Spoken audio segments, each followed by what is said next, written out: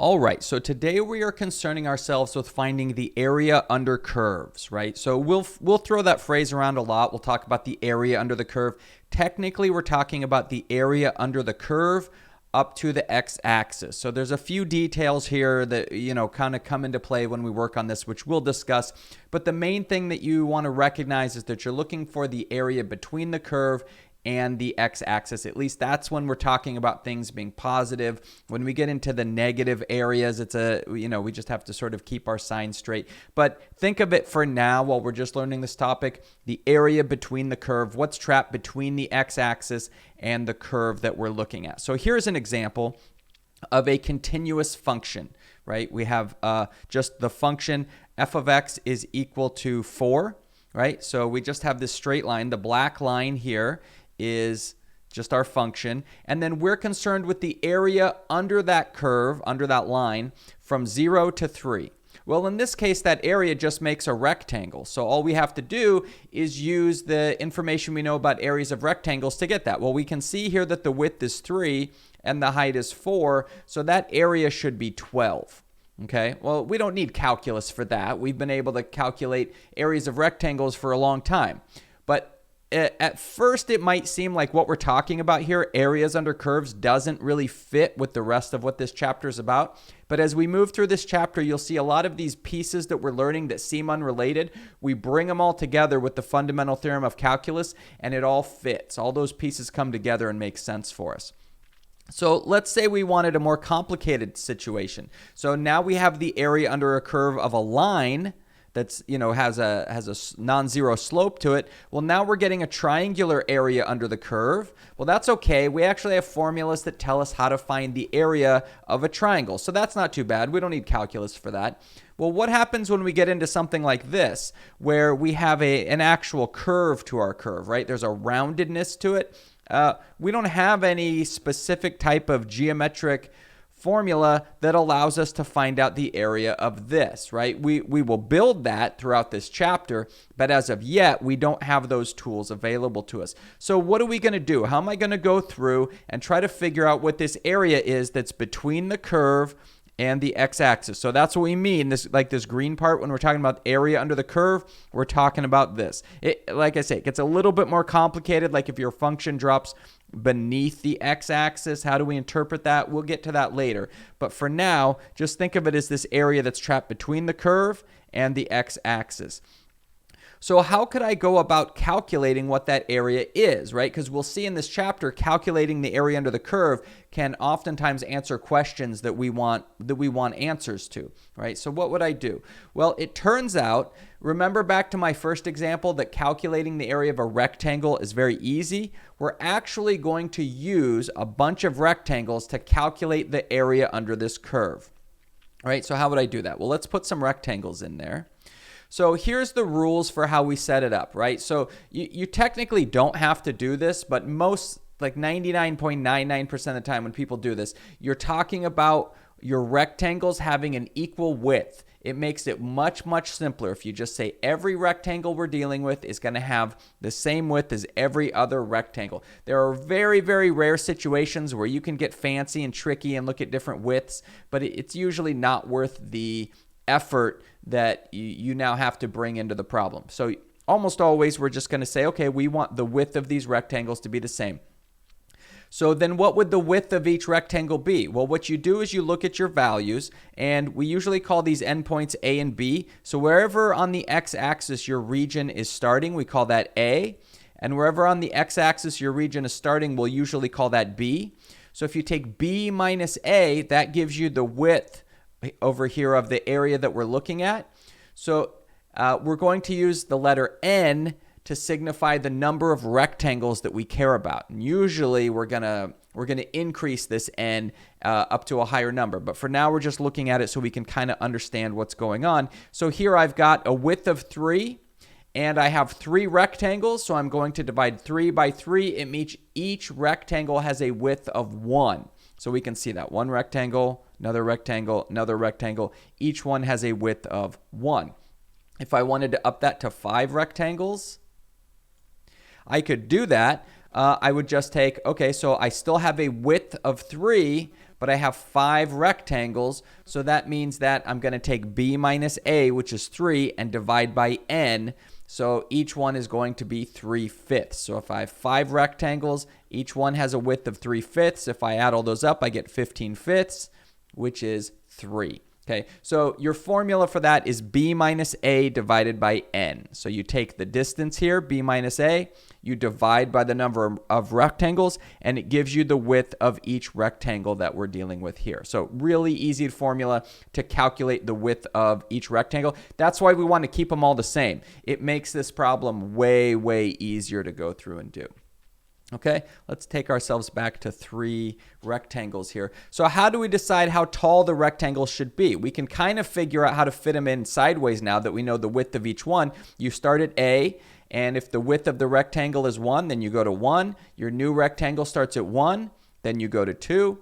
Then from 2, you go to 3, you have your 3 rectangles. But how tall do we make them? Well, you have a couple of choices, and those choices are going to depend on a lot of things. It's going to depend, are you doing this by hand? Are you putting it in a computer? Do you have special situations about the particular problem you're working on where you want to err on one side or the other? There's lots of considerations for your type of problem that you're working on. So that's why there's not just one way to calculate these Riemann sums. We have a few different ways, and then you can pick the way that best fits whatever situation you're looking at.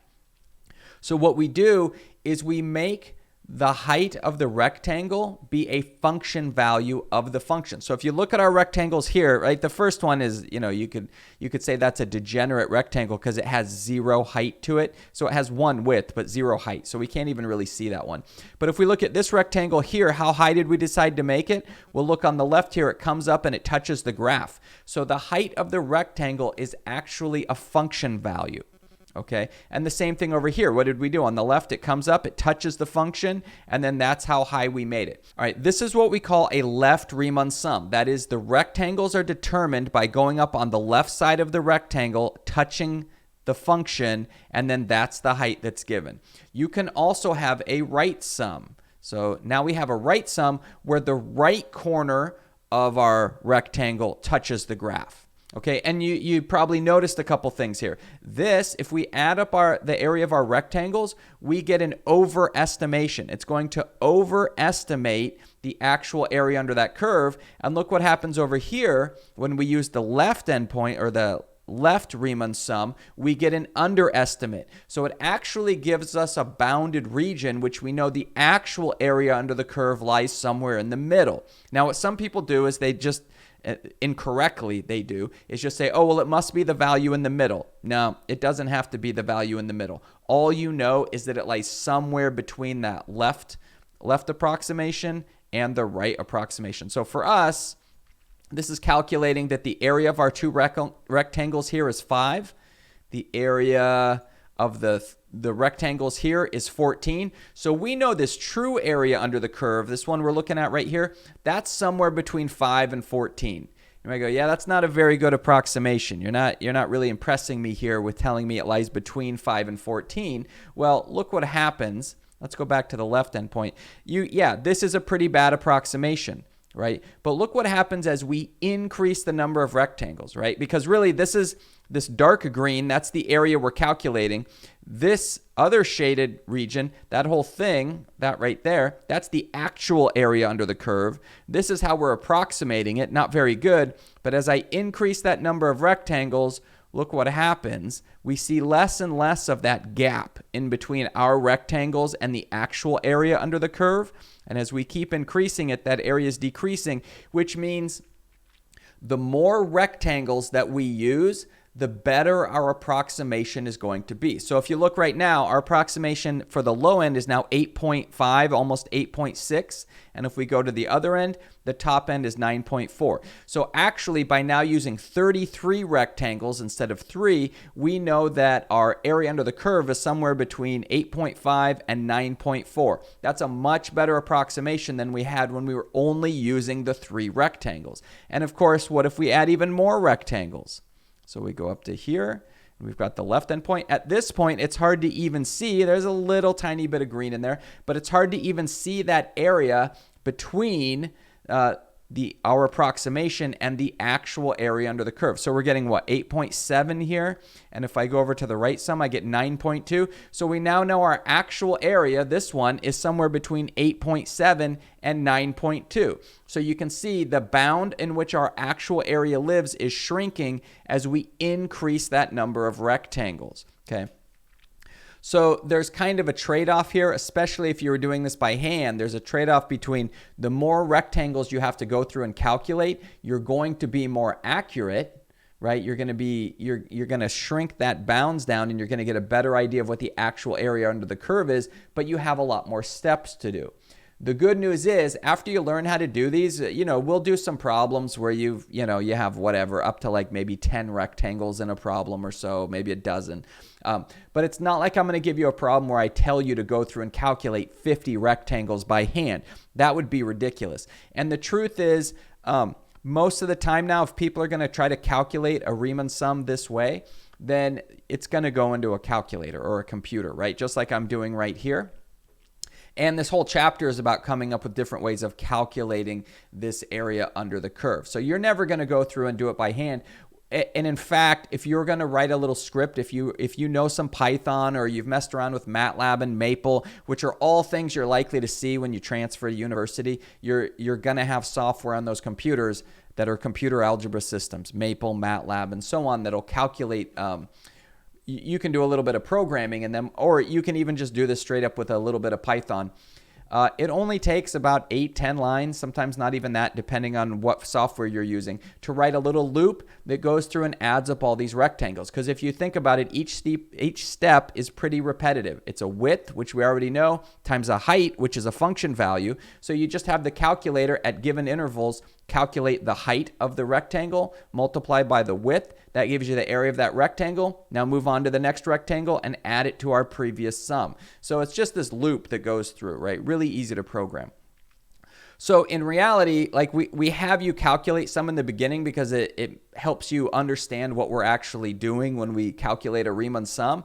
But the truth is, if you ever need to do this for any real reason, you're going to have a computer go through and calculate it for you, which is nice because then we don't have to stop at something like 50 rectangles. We could use something like 1,000 rectangles or 10,000 rectangles and really shrink that margin of error down. Part of it will be how important is your margin of error, right? If you're doing something where you're just trying to get a rough idea of the value of that integral, then you don't need as many rectangles. If it's something you're designing a wing at Boeing and its safety standards are really important, then you could use lots and lots of rectangles to get a more exact value. But it just depends on what you're looking for. So you'll have problems where they say go through and calculate the left sum, right? Using the left endpoints of the rectangles. You'll have problems. Let's see. So you'll have problems where they say go through, calculate a left sum, problem where they say calculate a right sum. Now, the left sum is not always the underestimate, and the right sum is not always the overestimate. It was for these problems we were looking at, but you can imagine if we did things on this side of the interval, if we were over here, putting rectangles in a curve over here, it would switch, where the left endpoints would be the overestimate and the right endpoints would be the other underestimate. So you kind of have to look out for that. There's also the possibility of using the midpoint. That is, your rectangle is based on the middle. In this case, in a lot of functions, you'll get a little bit more accurate approximation more quickly, because see how we have a little bit of an underestimate here, and it's going to partially cancel out with this overestimate over here. So sometimes that's helpful to use a midpoint rule. Part of the problem is then it's not exactly clear if I'm using this. Is this an overestimate or an underestimate? Well, I'm not exactly sure by looking at the picture. So that's a benefit of this, of using a left endpoint. I know that's an underestimate, and I know that's an overestimate. So it just depends on your particular problem. There's no exact like the quote unquote the right way of doing these problems. It just depends. And as you'll see later, we even have a thing called the trapezoid rule, which isn't showing up very well here. But instead of having rectangles that go here, you have a trapezoid that goes up to this point, connects down to this one, and then goes down. The calculation there is a little bit more complicated, but it's not too bad, especially if you're putting it into a Python script. You can calculate the trapezoid rule pretty quickly. Simpson's rule is another one you'll look at. Little bit more complicated, but not too bad. But oftentimes the left and right or midpoint is going to be good enough for what we're going to do, because you'll just have a crazy number of rectangles that the calculator will go in there and calculate, and you're going to get the number that you're looking for. Okay? So basically what's going to happen is you're going to decide a number of rectangles that you want to add up, and you're going to calculate using b minus a divided by n gives you the width of each rectangle, and then you're going to calculate the height of your rectangles using the left endpoint. So like let's make it a little bit simpler so you can just see what's going on here. So I've got b minus a, so 3 minus 0 divided by 3. So the width of each rectangle is 1. So I have 3 rectangles to add up, and it's based on the height of the left endpoint of that rectangle. Well, at 0, this is the function y equals x squared. So at right here for this rectangle, it would have a width of 1, but a height of 0. So I would take 0 times 1. That gives me the area of this rectangle, which is 0. Then I would move over to here. Okay, I've got a width of 1 and a height of f of 1. That's the whole key here. You take your left endpoint here, where the rectangle is starting, I use this x value and I plug it into my function. So f of 1 will give us the height right here, right? So when you plug 1 into x squared, you get 1. So this rectangle right here has an area of 1. And then this area right here, right, a width of 1, but a height of 4, right? Because I plug in 2 to my function. It's f of 2, where our function is x squared. So 2 squared is 4. So we see we're getting this rectangle right here. And you just keep going through and doing that for, you mark off your width, and you just keep going to the next rectangle. See how wide it is. See how tall it is based on the function value on the left side. And then you add up all those rectangles. Now keep in mind, you would just, the function value, if you were doing a right sum, would just be on the right. So here, I get the width of my rectangles the same way, but notice my function value is now based on the right side. So I would start with f of 1 would be the height of this first rectangle. So f of 1 squared is 1. Over here, the height of this rectangle is 2, because 2 squared, right? You can see right at 2, we're doing 2 squared to get a height of 4. Over here, 3 squared is 9, so we're at a height of 9. So you would just go through and add up the area of all those rectangles until you have the total area. Now, trying to approximate an area with 3 rectangles is not going to come out very well. So that's why we don't usually do that. We would bump this up. You can see if you at least get to like 10, 11, it's at least starting to look like it's maybe in the neighborhood of a good approximation. And then you would stick it in a calculator or computer and go, okay, that's a much better approximation. And in all reality, you wouldn't even stop at 50. You would go to something like 1,000, or whatever's the appropriate number for what you're working at, for the margin of error that you're concerned about.